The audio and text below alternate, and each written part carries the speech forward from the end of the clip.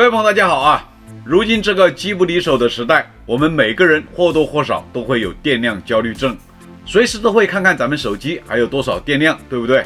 针对我们这个毛病，充电宝这个东西应运而生，但是大容量的充电宝个头实在是太大了，出门携带也不方便。那么今天我给大家带来这款酷泰科最新款的电能快充电宝透明探索版的评测，看完这个视频你就知道它有多厉害了。喜欢我们视频的铁们，一键3连，点赞、关注、投币走起！谢谢你们一直以来的支持。咱们话不多说，先开箱。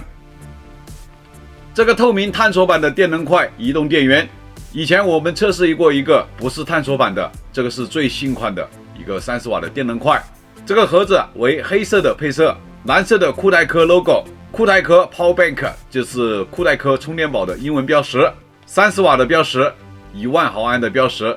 这个充电宝的实拍图片，顶部的话酷泰科的标识，这个是底部商品的条码信息，酷泰科充电宝1万毫安30瓦，两种配色的实拍图片，这里是规格信息，这边是制造商信息，装充电宝的环保袋子，盒子里面还有使用说明书，同时也是这个产品的保修卡，随机附赠一根 A2C 的扁线，打开看了才知道我拿到的2个都是一模一样的颜色。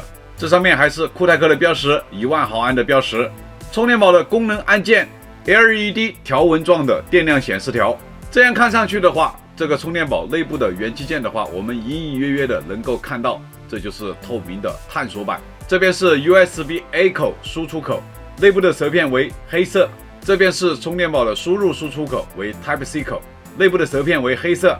产品型号 PB100S， 这个是 S 的升级版。背面是它的规格信息，输入参数 Type-C 1口支持12伏 2.5 安 ，USB-A 口的话最高功率可以支持到33瓦，多口输出的话总功率就是33瓦，电池的能量值 35.28 瓦时，大家记住这一个额定的能量值，然后额定容量5600毫安，电池的种类锂离子电池，这边是请勿靠近火源，不要扔向垃圾桶，循环锂电池的标识。3C 认证，循环使用5年。3C 认证的信息咱们放在屏幕上，有需要的可以截图。充电宝连包装盒一起的重量241克，充电宝和数据线一起的重量204克，单充电宝重量194克，4两重，单数据线重量9.5克。这个充电宝的高度 80.3 毫米，厚度最厚的地方 28.3 毫米，宽度的话 57.8 毫米，非常小巧，一个手掌就可以掌握。外观部分看完了，我们只有直接进入5次充放电循环，老规矩啊。新充电宝内部的电量已经被我们放完了，我们就进入5次充放电循环，看看这一个转换效率跟普通版的是不是一样的。第一次充电，我们用这个酷泰科65瓦的充电器给它充电，我们还是用这个设备来记录充电的数据。这是第一次充电，充电时间大概就是2个小时左右。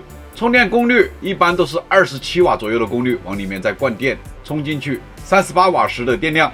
第一次放电的话，我们用这一个能量快的充电宝最大的功率来放电，也就是12伏 2.5 安30瓦的功率放电。这个能量快第一次放电放出电量 28.6 瓦时的电量，放电时间1小时32分钟。它这个27瓦的功率再放电的话，它放电是放一会儿它就停了，放一会儿它就停了，大概一共停了3次，我们又重新的把功率启动再放电。这一个充电宝第2次充电，充进去电量 37.9 瓦时，充电时间是2小时11分钟，这个咱们没有拖时间啊。第2次放电的话，20多瓦的功率给它放电。这个充电宝第2次放电，用20多瓦的功率放电，放了1小时14分钟，放出电量 29.7 瓦时的电量出来。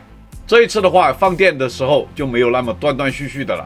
第3次充电的话，我们用这一个酷泰科30瓦的充电器来给它充电。这个电能快第3次充电，充进去电量 38.2 瓦时，充电时间1小时53分钟。这一次这个电能快放电的话，放了1个半小时时间，放出30瓦时的能量。这一次我们全程是用的9伏 2.22 安，也就是20瓦的功率来进行放电的。整个放电时间的话，它没有中断。这个充电宝第4次充电，充进去电量 38.3 瓦时，充电时间1小时51分钟，还是用的酷泰科的30瓦的充电器给它充的电。这一个探索版的电能快第4次放电，放出电量30.3瓦时，放电时间1小时30分钟。这一次放电也是全程用的9伏2.22安，也就是20瓦的功率放的电。这是这个电能快第5次充电，已经充满了。充进去电量38.6瓦时，充电时间2个小时。我们这一次就进行小功率放电，也就是5伏3安15瓦的功率。这是这个充电宝第5次放电，我们全程用的5伏3安15瓦的功率放的电，放出电量30瓦时，放电时间1小时58分钟，也就是接近2个小时的时间。这一个探索版的能量快，经过5次的充放电，我们可以看到5次的实际的充和实际的放，我们换算下来，它的平均转换效率可以到77.8%。我做了一张图出来，有需要的可以截图。按照我们实际放出来的能量值除以它官方额定的36瓦时的能量值，得出来的转换效率可以达到82.4%。这种转换效率的话，对于这种小体积的，而且功率不是很大的充电宝来说，它的转换效率已经是非常不错的了。5次充放电测试我们做完了，我们把这个能量块的电把它充满，然后进入实际的充电测试，看看这个满电的情况下能不能充满一部手机。我们实际充电之前，我们先来看看它2个口的充电协议的情况是不是跟标准版是一样的。这是这个能量块 Type-C 口它所支持的协议的情况。PD 3.0 30瓦 PPS QC4。 PD 3.0 点进去的话，固定档位它有3个，最高档位是12伏 2.5安，也就是30瓦。 PPS 档位是5至11伏的3安。这个 Apple 2.4 就是一个基础功率。这是这个电能块 USB-A 口支持的协议的情况，有 UFCS 33瓦的融合快充，华为 FCP 的5伏9伏12伏，最高功率18瓦功率，华为 SCP 档位的5至12伏的22瓦功率，华为它可以支持到22瓦。三星 AFC 的5伏9伏12伏，最高可以到24瓦的功率。 QC 3.0 5伏9伏12伏 3.6 至12伏。然后这个 DCP 和 Apple 2.4 则是2个基础功率。这一部手机是红米的 Note 13 Pro 加，目前这个手机还有11%的电量，我们来给它充一下电，看能不能把这个手机充满。这个手机的电池是5000毫安的电池。这个红米 Note 13 Pro 加已经充到100个电了，我们看一下充电曲线图。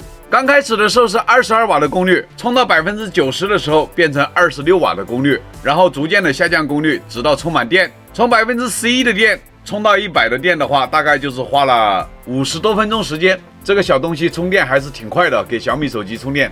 然后充完电过后，这里面还有大概1半的电量。这一部手机是1加 ACE3，它可以支持融合快充。目前这个电量还有18个电。我们看这个1半的电量能给这个1加 ACE3能充进去多少电量？直接启动的是融合快充33瓦。我们采集数据。这个1加 ACE3 充了63个电进去，我们看一下充电曲线图。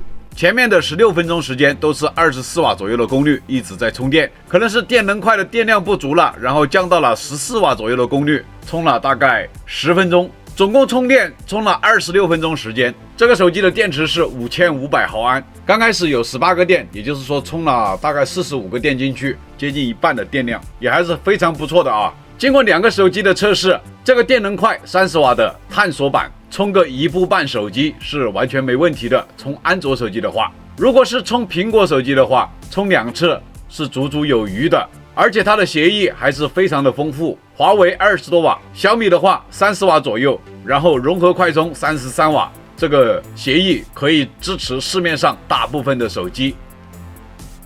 这个酷派科探索版的电能快比前一代标准版的它确实是做了升级的。前一代的话，充一个手机过后就只剩下一丢丢的电量，然后这一个的话还可以充1个半手机。我们现在做的测试就是测试一下它的文波输出的情况，看看是不是一如既往的那么好。我们直接来测试这个能量快探索版的负载文波。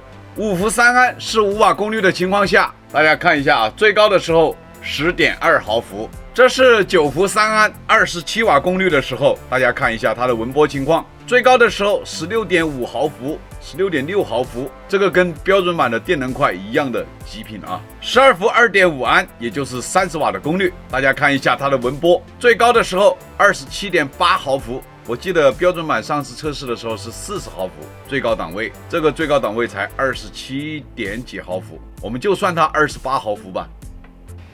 这个酷派克能量块30瓦的探索版充电宝，一轮测试下来，这个小体积的充电宝能量转换效率很不错，满电的情况下充 1.5 步，安卓手机没有问题，苹果手机的话更不在话下了。文波控制的话，一如既往的极品中的极品，比标准版更低。这样一个小小的续航更强的文波极品的电能块，我还能说什么呢？需要这种便携式充电宝的老铁们可以放心的入手。喜欢咱们视频的老铁，谢谢你们一直以来的支持和鼓励，新粉关注走一波。这个探索版的能量块，我们后续必须的拆解它，大家持续关注我吧。谢谢大家观看，咱们下期视频再见。